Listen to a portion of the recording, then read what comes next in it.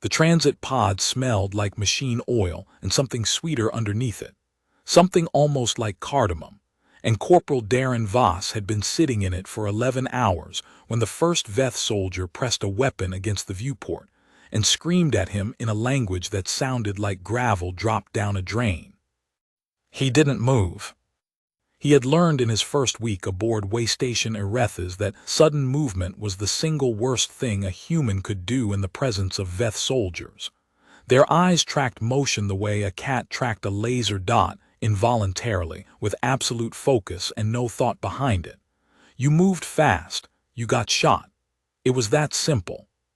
So Darren kept his hands on his thighs, his back against the pod's interior hull, and he waited while two more soldiers cycled through the airlock and pointed their weapons at him and talked over each other in voices that were doing something complicated with harmonics no human throat could produce. He was not afraid. He was annoyed. He had been on his way to the civilian resupply hub on Tier 4 of the station when the docking collar had seized, a mechanical failure. The pod's onboard diagnostic had told him in its flat tone, then helpfully refused to elaborate. The collar wouldn't release. The emergency beacon he'd triggered had apparently been received, because here were the Veth, but the reception had not exactly been warm. One of the soldiers, taller than the others, wearing a rank insignia Darren recognized as equivalent to something between sergeant and lieutenant, crouched in the airlock threshold and studied him with eyes the color of amber lit from behind. Four of them, placed in a horizontal row across a face that was otherwise almost unsettlingly humanoid. Wide jaw, thin lips that barely moved when it spoke. Pale skin with a faint iridescent sheen, like oil on still water. It said something. Darren held up his wrist, where his translation cuff was blinking amber. "Cuff's having trouble with your dialect," he said. "Can you slow it down?" The soldier stared at him. "Slow," Darren said, and demonstrated with his hands, spreading them apart in what he hoped read as a universal gesture for take your time. The soldier spoke again, slower, and this time the cuff produced something intelligible. "You are detained. This vessel is impounded under Compact Authority 7.14. You will not resist." "I wasn't planning on resisting," Darren said. "My collar seized. I've been stuck in here for 11 hours. I would genuinely like to get out." Another exchange between the soldiers that his cuff translated as fragments, jurisdiction and human, and something that kept repeating that the cuff rendered as not of this threshold, which he eventually understood to mean that this section of the station was technically Veth-administered space, and that his being here, even accidentally, was a bureaucratic nightmare he had just dropped into someone's lap. They let him out of the pod. They did not, however, let him go anywhere.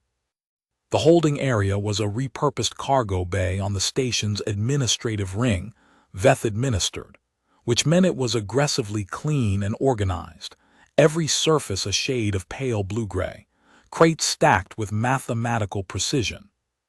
Darren had been placed in a sectioned-off corner with a magnetic seal across the entrance and nothing in it but a bench, a waste unit, and a dispenser that produced water when you pressed it. He pressed it 3 times, drank, sat on the bench and took stock. His kit bag was still on his shoulder. They hadn't taken it. Technically, he hadn't been arrested. He'd been detained pending jurisdictional clarification, which was apparently a very different thing in compact law, and it meant they couldn't confiscate his personal property without a processing order, which required a duty magistrate who was apparently off station until morning.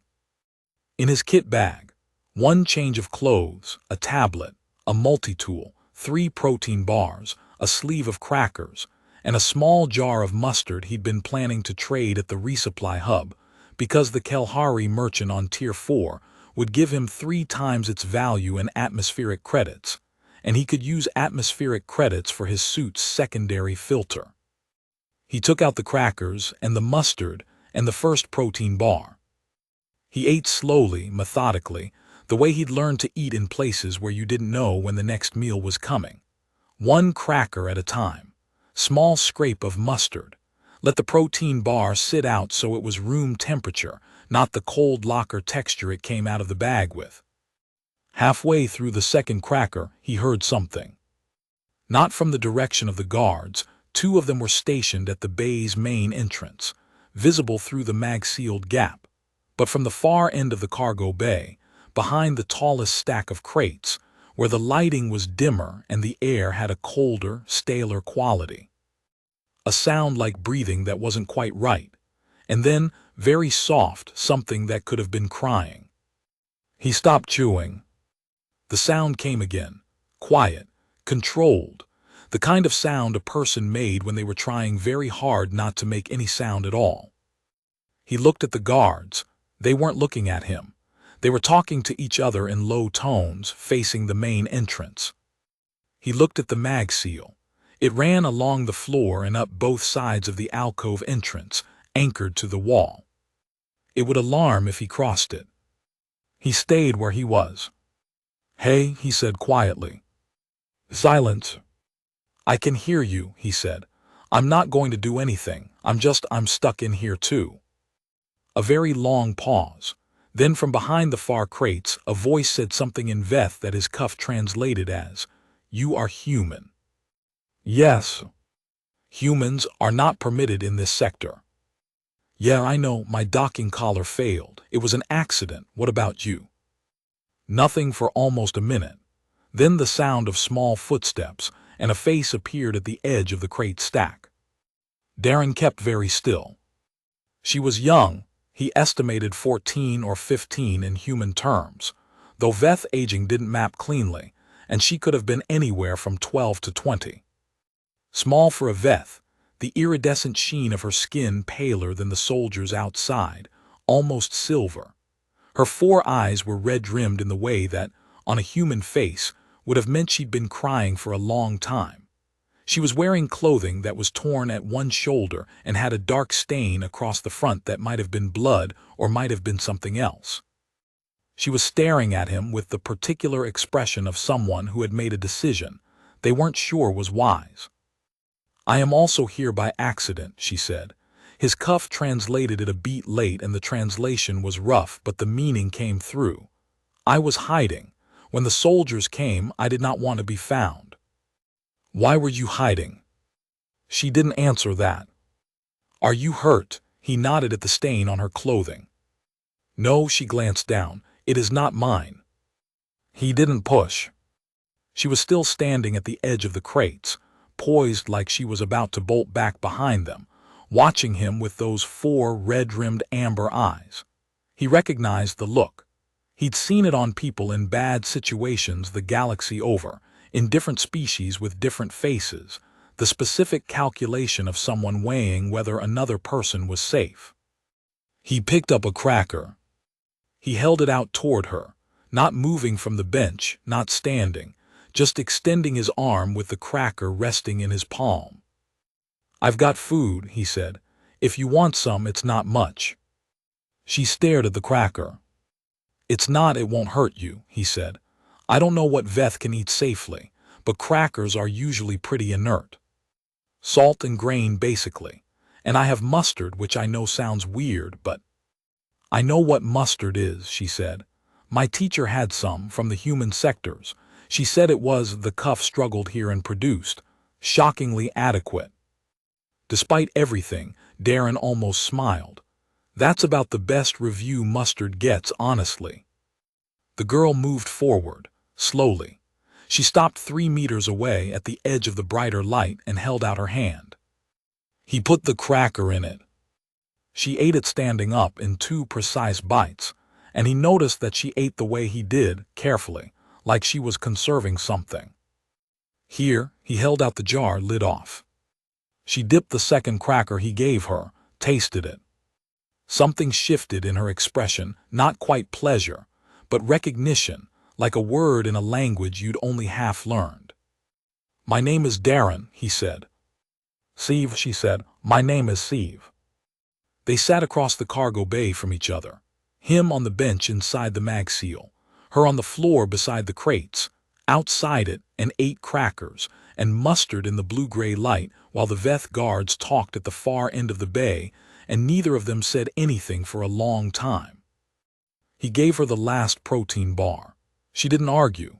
She ate half and held the other half out to him, and he shook his head and she ate the rest. Eventually he asked, "Why were you hiding?" She was quiet for a long moment. Then, there is a disagreement in the family about who I am supposed to be." Her cuff translation was more fluid than his, he noticed, better calibrated, probably newer. "Some of them believe I should be in the capital already, learning certain things, preparing for certain roles. Others believe I am too young and should not yet be moved. I ran from the shuttle when they were arguing. I hid here." It was a child's answer, underneath all the careful, formal language.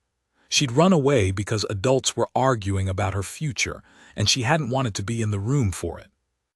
"How long have you been in here?" he asked. "Before you, 6 hours. Are you scared?" She seemed to consider whether to answer honestly. "Yes," she said. "Me too," he said, a little, mostly annoyed. She looked at him. The amber eyes didn't give much away, but he thought there was something in her posture that loosened slightly. Annoyed at who?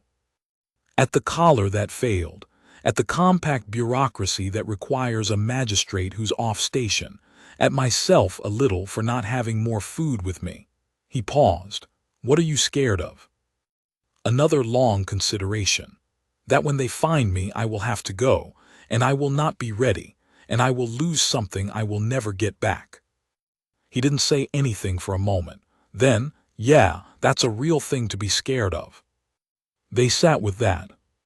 At some point her head dipped and he realized she'd fallen asleep sitting against the crates, and he didn't move or make noise and let her sleep, and he sat on the bench in the blue-gray light and kept watch, because that was what you did. The magistrate arrived 7 hours later.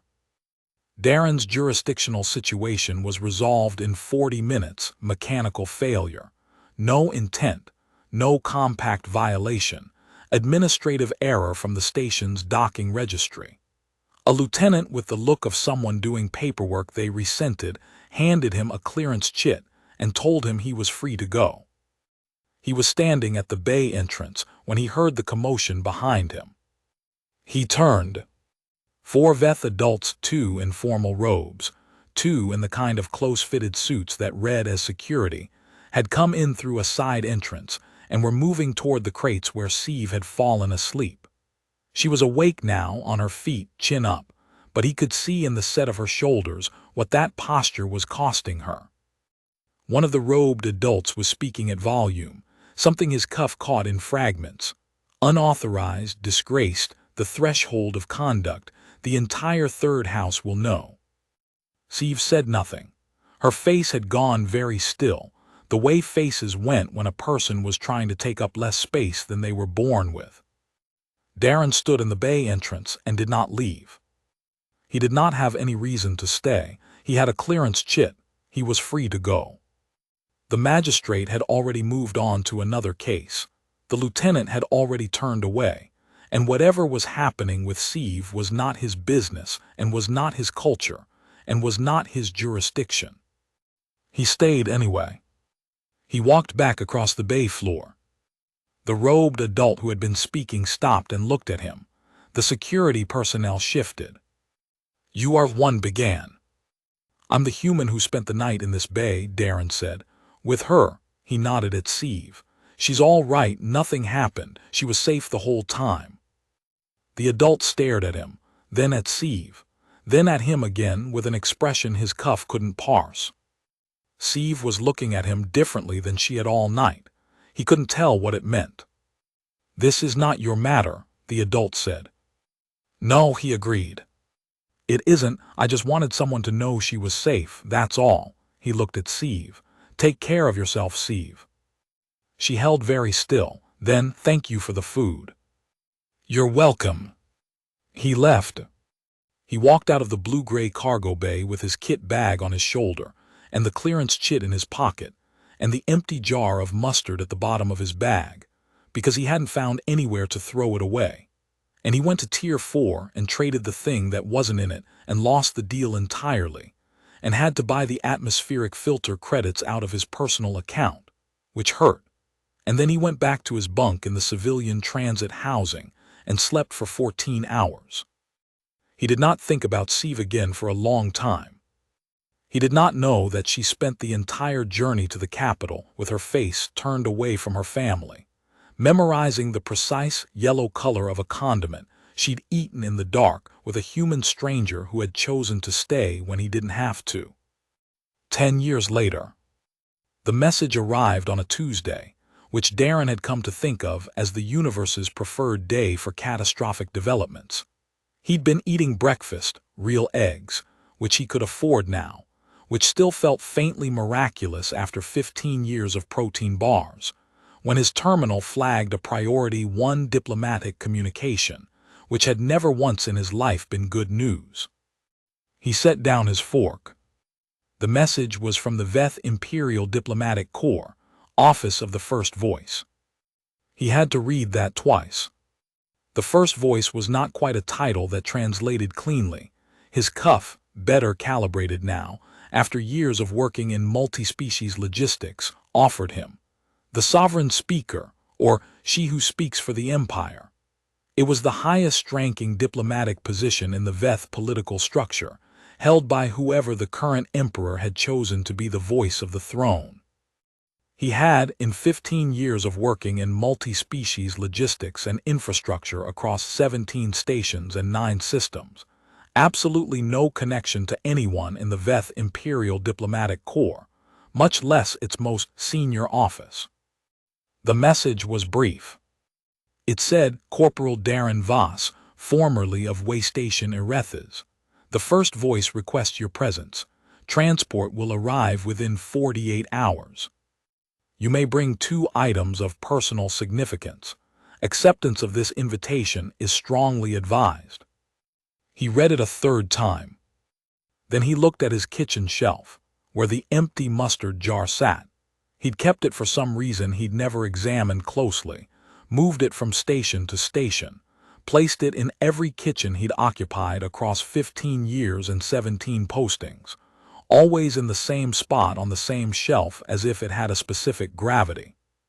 He said very quietly, "Oh." The transport was not, as he'd half expected, a military vessel. It was a diplomatic courier of the type the Veth reserved for what they called guests of significant weight, a phrase his cuff had always struggled with, but which he now understood meant something closer to persons of recognized consequence. The interior was warm and clean, and the attendants who brought him food were impeccably polite and spoke his language better than he spoke theirs. He sat and watched stars and tried not to construct scenarios. He was not very good at not constructing scenarios. He had been 31 when he'd spent a night in a cargo bay with a frightened alien girl and given her his crackers. He was 41 now. The math of what that meant kept running itself in his head. She had said, "My family is disagreeing about who I am supposed to be." She had said, "I'm afraid I won't be ready." He thought about the 4 Veth adults who had come to collect her, the formal robes, the security detail, the phrases his cuff had caught, "The entire third house will know." He thought third house. The Veth imperial succession ran through what were called houses in the rough diplomatic translations, bloodlines with specific political functions. He didn't know the specific numerology. He'd never had reason to. He took out his tablet and spent the next 14 hours of transit reading everything he could find about Veth imperial political structure. And by the time the courier decelerated toward the Veth home system, he had assembled something like an understanding, and it sat in his chest like a stone. The third house was the house of succession. The palace was not what he'd expected, which he supposed was the point of it. He'd expected something aggressive. The Veth aesthetic in administrative buildings ran to sharp angles and hard surfaces, but the imperial seat was old, far older than anything he'd seen in the Compact's territories, and old things in the Veth Empire had a different character. Rounded edges worn by centuries, surfaces that had been polished by enough hands and enough time that they'd taken on a warmth the original stone probably hadn't had. He was brought to a waiting room and left there for exactly 11 minutes, which he suspected was intentional, and then a door opened that he hadn't seen as a door, and a person walked in who he recognized. She was tall now. Veth adults were tall, taller than most humans, and she'd grown into it with the bearing of someone who had spent years learning how to enter rooms. The iridescent sheen of her skin had deepened from silver to something more gold-adjacent. Her hair, if you could call it that, fine, dark filaments that moved with a faint autonomy, was arranged in a structure that his brief crash course in Veth symbolism told him indicated high office. Her 4 amber eyes found his face and stayed there. She was not the frightened girl who had eaten crackers in a blue-gray cargo bay. She was also clearly that girl. It lived in her face somewhere, in the way her posture had that quality he'd noticed when she was 15, the sense of something being held carefully. "Corporal Voss," she said, her language coming through his cuff, and also directly. She was speaking in compact standard, accented but precise. "Or perhaps I should say, Mr. Voss, as I understand you are no longer in military service." "Just Darren," he said. Something shifted in her face, very small. "Just Darren," she repeated. "Siv," he said. "First voice Sivithavir of the 3rd house," she said, and there was something in her voice he couldn't quite read, not correction, not formality, something more complicated. "Though," she paused. "Yes, Siv." He nodded at the room around them. "You've done all right for yourself." The shift in her face again, this time he recognized it. It was the Veth equivalent of a smile, or at least the suppressed version of one. "I have been busy," she said. "Sit, please." He sat. She sat across from him, which he understood from his 14 hours of reading to be a significant gesture. The first voice did not sit across from guests. The first voice received guests who stood. "I owe you an explanation," she said. "You don't owe me anything." "I disagree." She folded her hands, 4-fingered, long, the nails pale and precise, on the table between them. "When I was 15 years old, I ran from my family's shuttle in a state of significant distress. I spent 6 hours hiding in a cargo bay. And then a human with a broken docking collar was placed in the same bay, and he gave me his food when he had almost no food to give, and he kept watch while I slept, and when they came to collect me, he walked back across the bay when he didn't have to and made sure someone said, out loud, that I was safe." She held his gaze. "I have thought about that night a great deal." "I thought about it sometimes too," he said honestly. "What I did not know at the time was who was in that room with me." She tilted her head. "Not your name, not your history. What I mean is, I was a frightened child, and you treated me like a frightened child who deserved to be treated with dignity. You did not know you were sitting in a cargo bay with the girl who would become the first voice of the Veth Empire. You did not know that the family disagreement I described was about whether I should begin my preparation to inherit the imperial voice, the most powerful diplomatic position in Veth history. You knew nothing about me except that I was frightened and hungry and hiding, and you shared what you had." Darren was quiet for a moment. "That's just what you do," he said. "No," Siv said, and her voice was very measured and very deliberate. "It is not just what you do. I have been the first voice for 3 years. I have met more species representatives than I can count. I have sat across from generals and emperors and compact executives and beings whose names you would not be able to pronounce. Very few of them, in my assessment, would have walked back across that cargo bay." He didn't have an answer to that.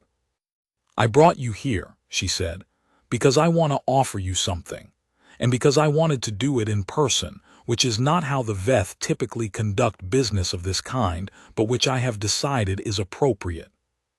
"What are you offering?" She placed something on the table, a slim case, the Veth material that looked like obsidian but wasn't. "Open it." He did. Inside was a credential, not a compact credential, not anything he recognized from standard diplomatic frameworks. It was a Veth imperial document, which his cuff translated as Letter of Standing. Bearer is recognized as an individual of consequence to the third house and may pass freely through all Veth territories, access all Veth administrative systems at the level of friend, and call upon the resources of the First Voice's office in any matter pertaining to interspecies relations. He read it twice. He started. A great deal, she agreed. Yes, I know. Sieve. First Voice, she stopped herself.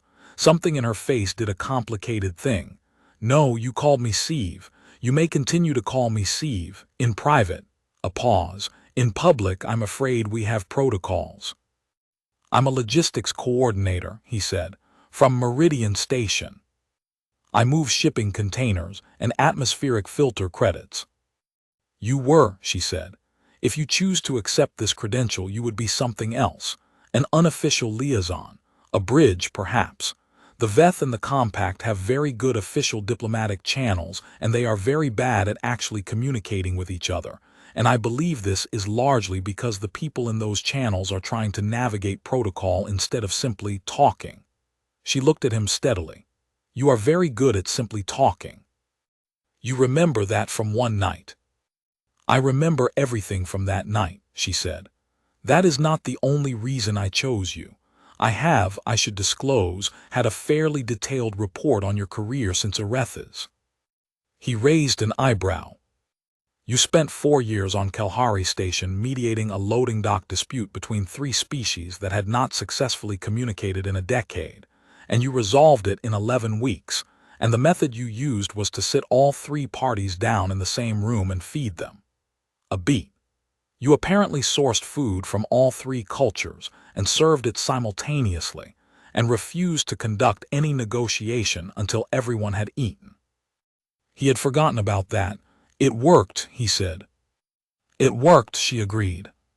And then on Tessivar, you talked down a compact inspector from seizing a Mirith vessel by spending 3 days learning enough Mirith to explain the inspector's concerns without a translator, because you said the translator was making both parties more formal than they needed to be. She tilted her head. I am told you learned it badly, and your pronunciation was deeply wrong, but that the Mirith captain appreciated the effort so much she agreed to the inspection voluntarily. She laughed so hard she cried, he said, and then she said yes. Yes, Sieve watched him. You have a particular gift, Darren. You make people feel like they are in a cargo bay rather than a conference room. And almost all diplomatic progress in my experience happens in the former, not the latter. She tapped the case gently. I would like to employ it. He sat with it for a long moment. He thought about the Meridian Station desk, and the shipping manifests, and the atmospheric filter credits, and the way his terminal lit up Priority 1 on Tuesdays. He thought about crackers and mustard in a blue-gray bay, and a girl who'd gone still when the adults came to collect her. He thought about walking back across the floor when he hadn't had to. What does the job actually involve? He said. And for the next 2 hours, First Voice Sivithavir of the third house sat across from a man who had given her his last food on a night when everything was wrong, and she told him exactly what she needed, and he asked exactly the questions a person asked when they were already saying yes, but wanted to understand it first. The first 3 months were, if he was honest, incredibly strange. He had a title now, not an official one, because the compact didn't recognize informal Veth appointments and he hadn't asked for anything official. But the Veth gave every person who worked in their diplomatic structures some form of address, and the address they'd settled on for him, after apparently significant internal debate, translated as something between trusted stranger and the one who kept watch. His cuff, rendering it in compact standard, offered the witness. He had not asked for this. He had been told about it after the fact. The witness, he'd said to Sieve, at the end of the 3rd month, when they were sitting in the less formal room she used for working lunches. It seemed appropriate, she said. She was reading 3 things simultaneously, which was standard for her. You witness situations. You tell me what you saw. It sounds very grand. You said the same thing about the credential. And then you used it to get the Compact Customs Office to waive the inspection levy on the Mirith food shipment to Tessevar 3, because you knew the paperwork would take 6 weeks, and the colony needed the food in 3. That was just practical, she finished. Yes, everything you do is just practical. I have noticed that the things you describe as just practical often solve problems that our official diplomatic channels have been unable to solve in years. He didn't have an answer for that, so he ate his lunch. She was watching him with the particular quality of attention that he'd come to understand meant she was about to say something she'd been working up to for a while. What? He said. There is a situation, she said, on the Thresh border. The Compact and the Veth have been in territorial dispute about 3 systems for 11 years. The official channels are gridlocked is a gentle word. I know, he said, everyone knows. I want to try something different. She set down what she was reading. There is a meeting in 4 weeks. The Compact is sending their 3rd Deputy Undersecretary of Territorial Affairs, which I am told is the diplomatic equivalent of sending a message that says I am not taking this seriously. It's not quite that bad, he said. 3rd Deputy Undersecretaries can actually get things done. They're below the political line, which means they have more room to move. She tilted her head. I did not know that. Your advisors think in terms of rank for rank. Their number 3 matches your number 3, or it's an insult. But that's not how the Compact actually works. The 3rd Deputy Undersecretary of Territorial Affairs has been in that office for 16 years. She knows where every body is buried. She can commit the Compact to things that people 3 levels above her would never agree to because they'd worry about optics. How do you know this? I moved cargo through Thresh border stations for 3 years. I had dinner with her twice. She's very practical. He paused. She also likes food. She did not eat the official reception dinner at the last Thresh conference because it was trying too hard. She went to the station cantina afterward. Sieve was looking at him with an expression he had learned to recognize, the one that meant she was recalibrating. You are suggesting, she said slowly, that I meet with the Compact's 3rd Deputy Undersecretary of Territorial Affairs, not in the official conference chamber but somewhere informal. I'm suggesting that I ask her if she wants dinner in a place that isn't trying to impress anyone, and see if you want to join us. A pause. That is not how the Veth conduct diplomacy, she said. No, he agreed, it's how I do it. She was quiet for a moment, then set it up. He set it up. It took him 3 days to locate Goss Tamberlin's actual contact channel, as opposed to the formal diplomatic submission address that routed through 4 offices and produced responses in 6 to 8 weeks. He found it by calling an old loading supervisor on Thresh Station, for who knew a customs agent who had worked the same conference rotation as Tamberlin for 12 years, and still shared direct contact information with colleagues he liked. The chain took a day and a half to run down. He didn't mind.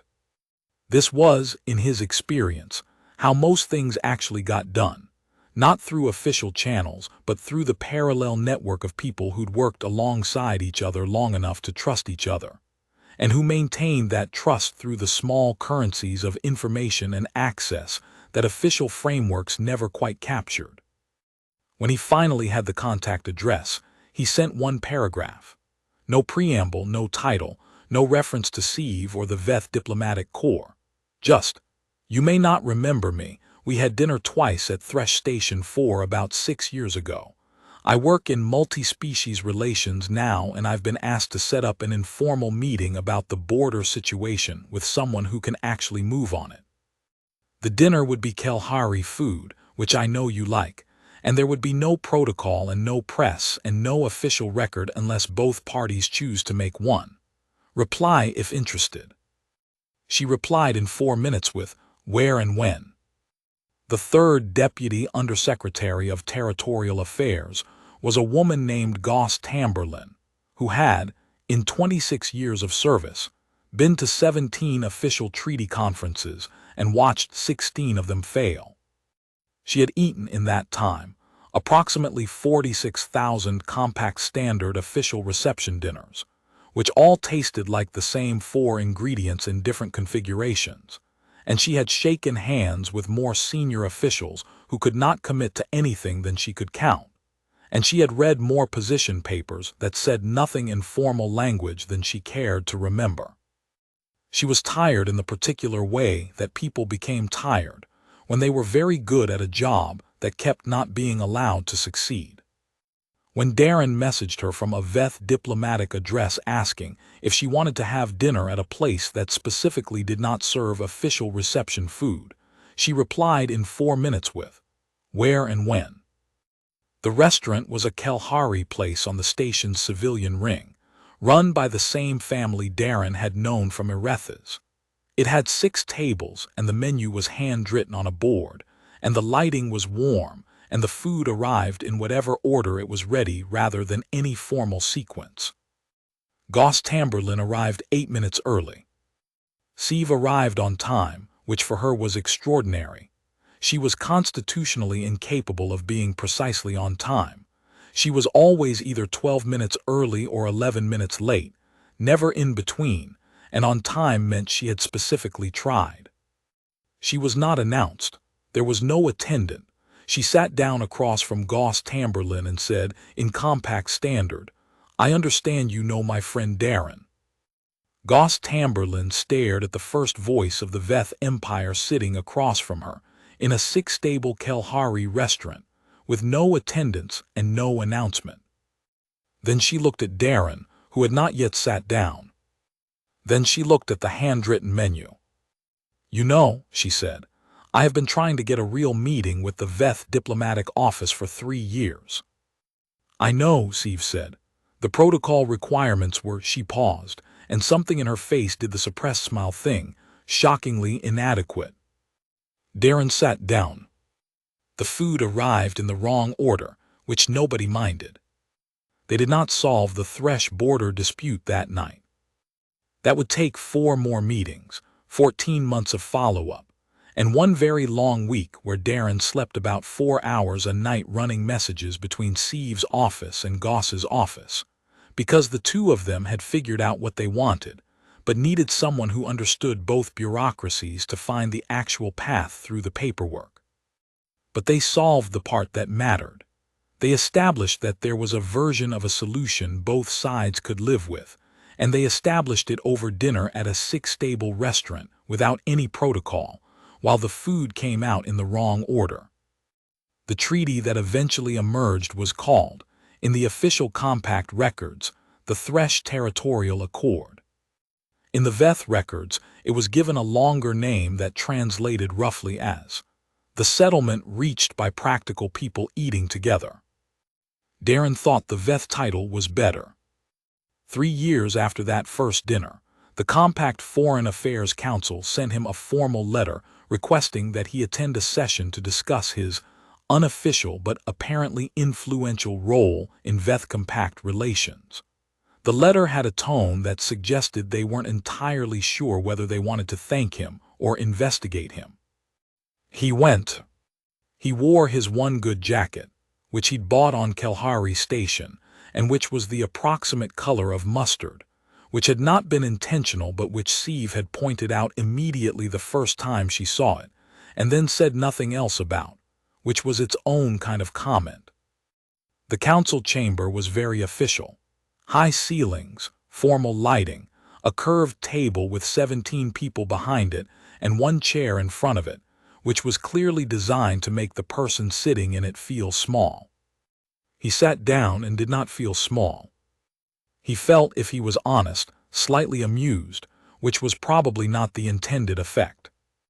The chair of the council, a man with the careful manner of someone who had conducted many such sessions, said, "Mr. Voss, you have over the past 3 years participated in, without formal appointment or sanctioned role, several significant diplomatic exchanges between the Compact and the Veth Empire, culminating in the Thresh Territorial Accord. Can you explain to us how this happened? Darren thought about a cargo bay, about crackers, about a frightened girl who'd eaten half a protein bar and given him back the rest. I gave someone food when I had almost none, he said. And then, years later, she asked me if I wanted to help. Silence. That's it, the chair said. More or less, he paused. I'm also apparently very good at finding restaurants. More silence. Then one of the council members, a woman who had, he noticed, the look of someone who had actually read his file rather than just the summary, said, "The first voice of the Veth Empire refers to you, in official correspondence to our Compact ambassador, as the witness. Can you explain what that means?" She explained it to me as, "I observe situations and report what I see," he considered. "I think it also means something about keeping watch, being present when things happen." He looked at the council. "I'm not sure I can explain it better than that. You'd have to ask her. We are not in a position to directly ask the first voice." "Sure you are," he said. "You just have to find the right restaurant first." The council looked at each other. "Mr. Voss," the chair said carefully, "the Compact would like to offer you a formal appointment, an official role in the diplomatic corps with appropriate." "I'll have to talk to Steve," he said. The chair blinked. "You'll have to discuss a Compact appointment with the first voice of the Veth Empire before you accept it." She's the person I work for," he said, "or with, it's a little complicated." He thought about how to explain it. "She doesn't give me orders. She tells me what she needs and I figure out how to get it for her. And if I'm going to be carrying a Compact title as well, I need to make sure that doesn't change what I can do for her." He looked at the council steadily. "I'm useful because I'm not quite official. If you make me too official, I stop being useful." The council member who'd read his file was almost smiling. "We would," she said, "appreciate your input on how to structure the appointment so that it preserves your effectiveness." "That I can do," he said. There is a Veth phrase that his cuff had in the early days translated too literally. It sounded like, "the debt of food shared in darkness." His first approximation had been that it was a legal term, something about shared resources. A Veth scholar he'd worked with on the Thresh negotiations had corrected him gently. "It is not about debt," she said. "It is about the recognition that what was given at real cost, and the one who received it does not forget." She paused. "We say that this is a debt that cannot be repaid, but the word we use for cannot be repaid is the same word we use for sacred." He'd thought about that for a long time. He was at his desk on a Thursday, a quieter day than Tuesday, in his experience, when Steve appeared on his screen without any of the usual protocol that preceded a first voice communication. "I wanted to tell you something," she said. "All right. The Emperor has asked me to recommend a candidate for the newly created role of Compact Veth Liaison, an official joint position recognized by both governments. The first such position in Veth history." She looked at him through the screen with those 4 amber eyes that he'd first seen red-rimmed in a cargo bay. "I told him I already knew who it should be. Steve. I also told him the story of how I met you," she said. "The Emperor found it," she paused, and the suppressed smile thing happened again, "improbable." "Most of it is improbable," he agreed. "He asked what the food was that you shared with me." A pause. "I told him it was crackers with mustard. He found this even more improbable." "It's a very small, very yellow condiment with an outsized reputation," Darren said. "He has now tasted it," she said. "He described it as shockingly adequate." Something in her face, through the screen, across all the years and all the impossible distance between a cargo bay on way station Erethas and the office of the first voice of the Veth Empire, did something he'd never quite seen before. He said, she told him, that he understood why someone might find it worth sharing. He sat quietly for a moment. "Darren," she said. "Yeah. Will you take the appointment?" He looked at the kitchen shelf, at the empty jar, still there after 15 years of postings, still in its spot with what he now understood was a kind of specific gravity after all, the weight of a decision made in a cargo bay when he'd had almost nothing and chosen to offer what he had to someone who needed it more. "Yes," he said, "I'll take the appointment." "Good." She said it simply, the way she said most things, without decoration. "Then I will see you next week. There is a situation on the Mirith border that I think will require." "Dinner somewhere good," he said. "Yes." The suppressed smile again, clearer this time. She'd had 3 years of practice letting him see it. Exactly that. The screen went dark.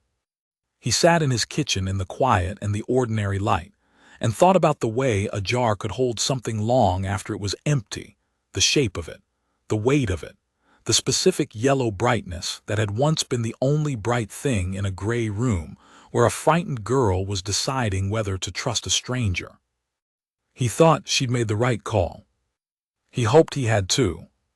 He picked up his tablet and started making plans for the Mirith border, and outside his window the station turned slowly in the dark, and somewhere across all that dark, in a palace with rounded edges worn smooth by centuries, the most powerful diplomatic voice in the Veth Empire was already working toward the same table he was working toward. They would get there. They always got there. That was what happened when two people, each a long way from home, decided, one night in a gray room with almost no food and nothing to recommend them to each other except need and decency, to simply sit together and share what they had. The appointment, when it was formalized, was titled in compact records as Special Envoy for Informal Diplomatic Engagement, which was bureaucratic enough to be acceptable and vague enough to mean anything, which Darren had specifically requested. In Veth records, because the Veth had their own ideas about titles, it was rendered as something that translated more closely as the one who feeds understanding. He had not been consulted about this. "You didn't ask me," he told Sieve at their next working lunch. "No," she agreed. She had acquired, over the past 3 years, a degree of comfort in informal settings that her position did not typically permit, and he suspected this was partly because the informal settings they used were always his restaurants he'd found, configurations of food and table that belonged to his way of doing things rather than hers. "I chose it." What does it actually mean, the full translation? She considered. The literal Veth is closer to the one who makes understanding easy to swallow, a beat. I thought the English approximation was adequate. He looked at her. "Did you just make a pun about mustard?" "I would not characterize it as a pun," she said, with great dignity. He ate his lunch. She watched him eat with the particular attention she gave to things she was deciding about. He had come to recognize this, the way she would hold still and observe something before she committed to a position on it. He thought it was probably what made her the best diplomat he had ever encountered, not the formal training, and not the imperial backing, but this quality of actually looking at things before she decided what they were. "Can I ask you something?" he said. "Yes." "When they came to collect you that night, the 4 of them, the formal robes, the security, I walked back across the bay." He paused. "Did it help, in any real way, or was it just something?" She was quiet for a moment, the serious consideration. "It helped," she said. "In a very specific way." She folded her hands on the table. "When you are 15 years old and the adults in your life are treating you as a piece to be placed on a board, and you have been hiding and frightened and fed crackers by a stranger who looked at you like you were simply a person who deserved to not be frightened. And then that stranger, when he did not have to, walked back across the room and said out loud, in front of the people who were treating you as a piece, that you were safe and that someone had been watching out for you." She paused. "It did not change what happened afterward. I still had to go. I still had to begin the preparation. but it meant I went knowing that someone had looked at me, not at my function, not at my role, not at what I was being prepared to become, but at me specifically, and judged that I was worth walking back across the room for. The table was very quiet. "That is the kind of thing," she said, "that you carry." He didn't have a response for that. He sat with it the way you sat with things that deserve to be sat with. "For what it's worth," he said eventually, "you were very easy to walk back across the room for." She did not say anything to this, but the thing happened in her face, the clear version now, the one she let him see. The Mirith border situation took 6 weeks and 3 dinners, and was resolved by a combination of Darren's catastrophically bad Mirith and Steve's willingness to eat Mirith cuisine without comment, which was apparently a significant diplomatic gesture because Mirith food was, by any objective standard, extremely challenging. He did not tell her this in advance. He told her afterward. "You could have warned me," she said.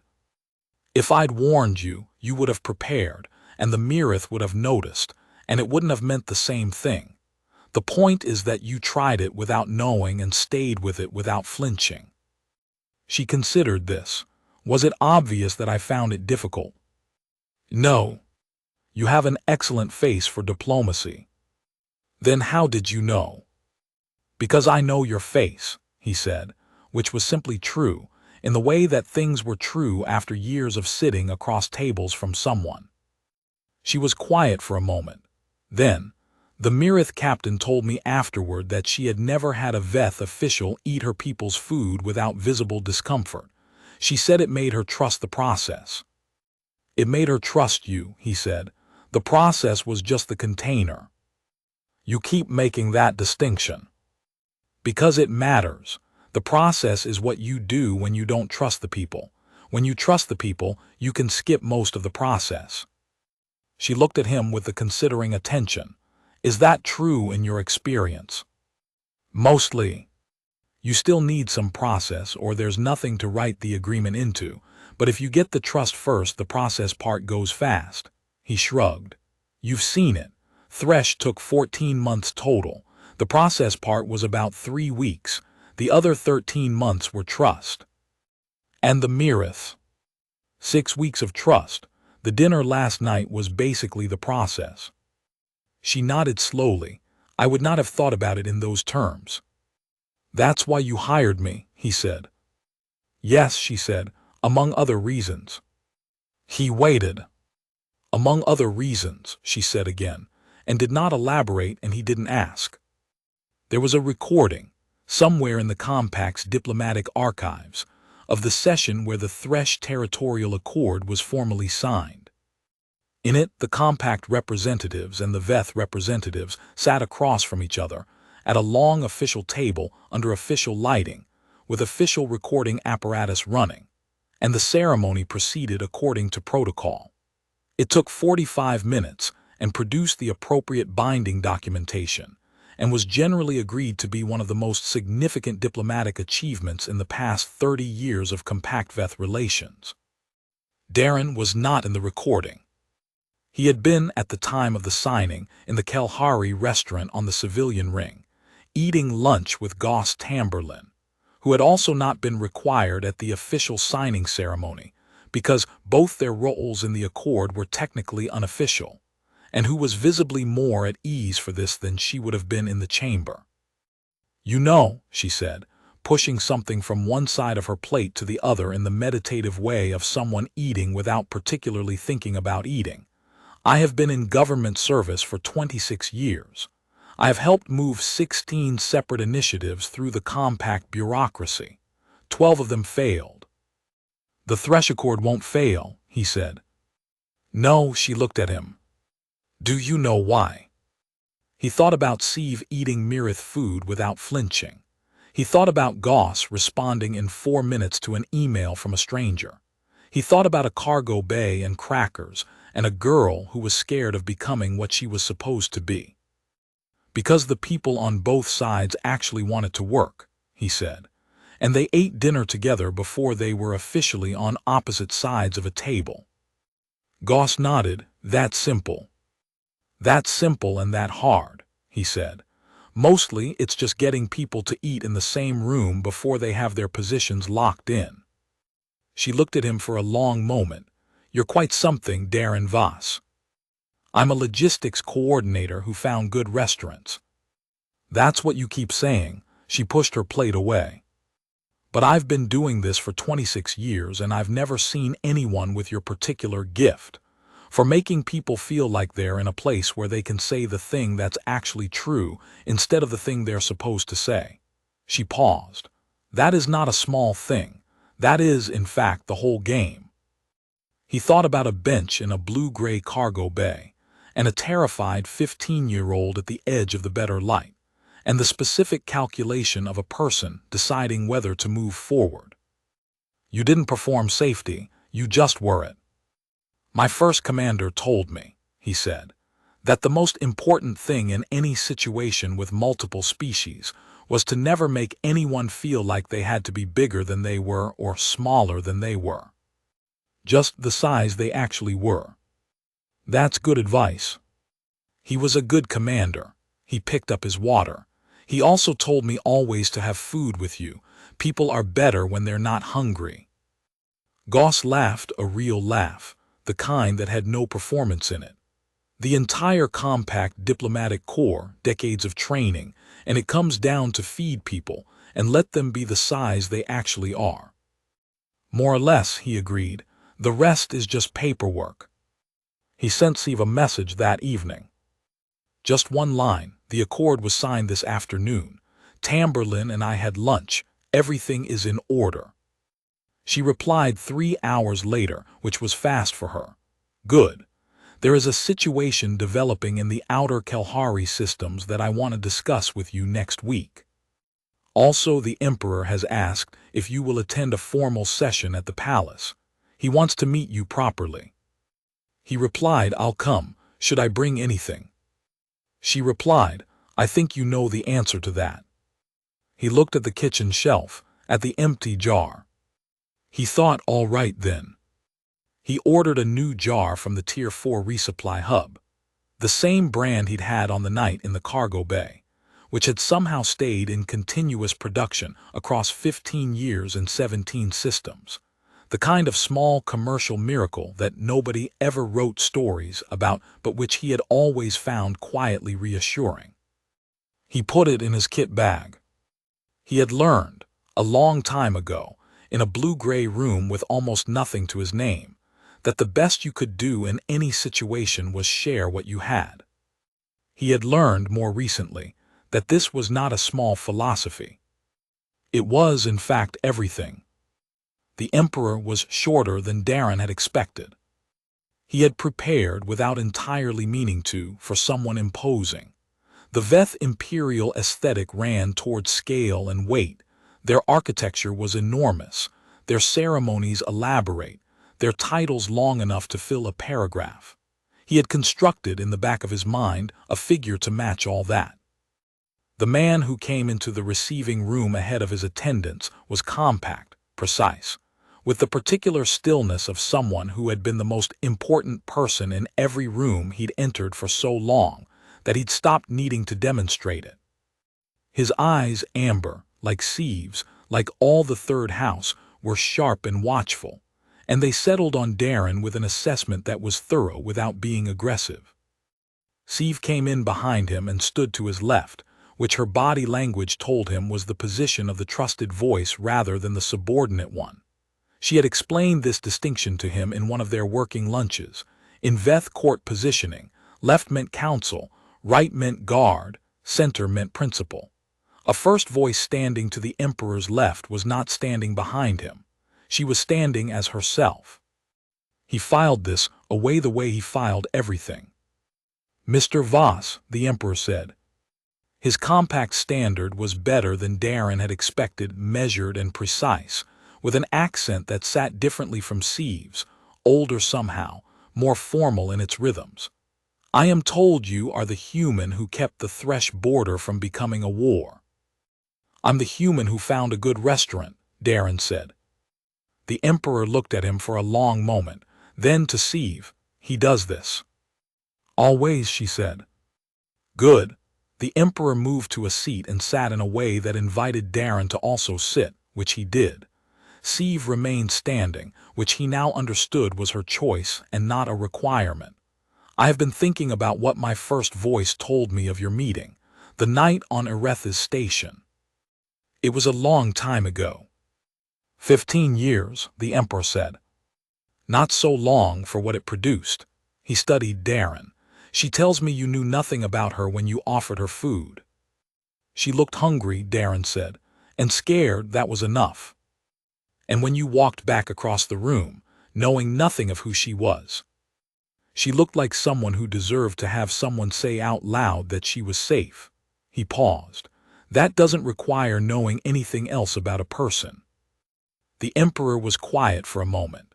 In the silence, Darren became aware of how still the room was, not the forced stillness of ceremony, but something more organic, the way a room went quiet when something was being genuinely considered. In my empire, the Emperor said, there is a principle very old. It says, the character of a person is revealed not in the great moments but in the small ones, because the great moments are watched and the small ones are not. He looked at Darren steadily. What you did on Ereth's was a small moment. No one was watching. There was nothing to gain. It cost you your last food and your night's sleep, and you left the next morning and did not expect to see my first voice again. No, Darren agreed, I didn't.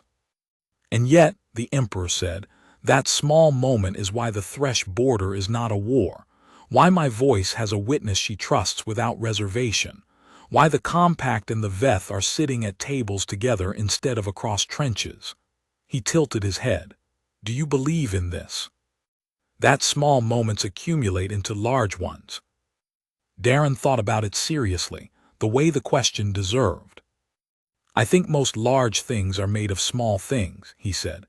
Most relationships, most agreements, most decisions to trust someone, they're built out of 100 small moments where someone showed you who they actually were. Not the big declarations, the small stuff, whether they share what they have, whether they keep watch when they don't have to, whether they walk back across the room. The Emperor nodded slowly. And this is your method, your approach. It's just how I am, Darren said. I'm not sure I could make it into a method if I tried. No, the Emperor said, that is why it works. He leaned forward. I will tell you something, Mr. Voss. The Veth have been in formal diplomatic engagement with the Compact for 40 years. We have had ambassadors, we have had accords, we have had conferences and protocols and joint committees. And in 40 years, we have produced fewer real moments of trust than my first voice has produced with your assistance in 3. He paused. I want to know if that can be taught. Darren looked at him, then at Sieve, who was watching from her position at the Emperor's left with an expression that was very carefully not telling him what to say. Not taught, he said, but maybe demonstrated, repeatedly, until the people watching it understand that it works and decide to try it themselves. Is that not teaching? Teaching implies a system. I don't have a system, I have a habit. He paused. Feed people. Let them be the size they actually are. Stay in the room longer than you have to. Walk back across the floor. The Emperor looked at him for a long moment. Then, that is a very short curriculum for a very important thing. Most important things are short, Darren said. They just take a long time to learn. The Emperor made a sound that his cuff rendered as considered assent, which he thought was probably as close as the translation could get to something that meant yes, and also, I am still thinking about this, but favorably. Sieve from her position at the left, the mustard Darren. He had, in fact, forgotten. He reached into his kit bag and brought out the jar and set it on the low table between them. The Emperor looked at it. Shockingly adequate, Darren said. The Emperor looked at Sieve. He has been waiting to say that, she said. Since you told me, he agreed. The Emperor reached out and picked up the jar and turned it in his hands, examining it with the gravity he appeared to bring to most things. The label was simple. The contents, visible through the glass, were aggressively yellow. "It is very small," the emperor said. "Yes. And this is what you shared with her." "This and some crackers." The emperor set the jar down. He looked at Darren. He looked at Steve. Something passed between them that Darren couldn't fully read, the particular communication of two people who had known each other for a long time and could say things in a glance. Then the emperor said, "Mr. Voss, you are welcome in my house. You are welcome at my table. You may consider this open-ended." Darren said, "Thank you." "No," the emperor said, "that is my line.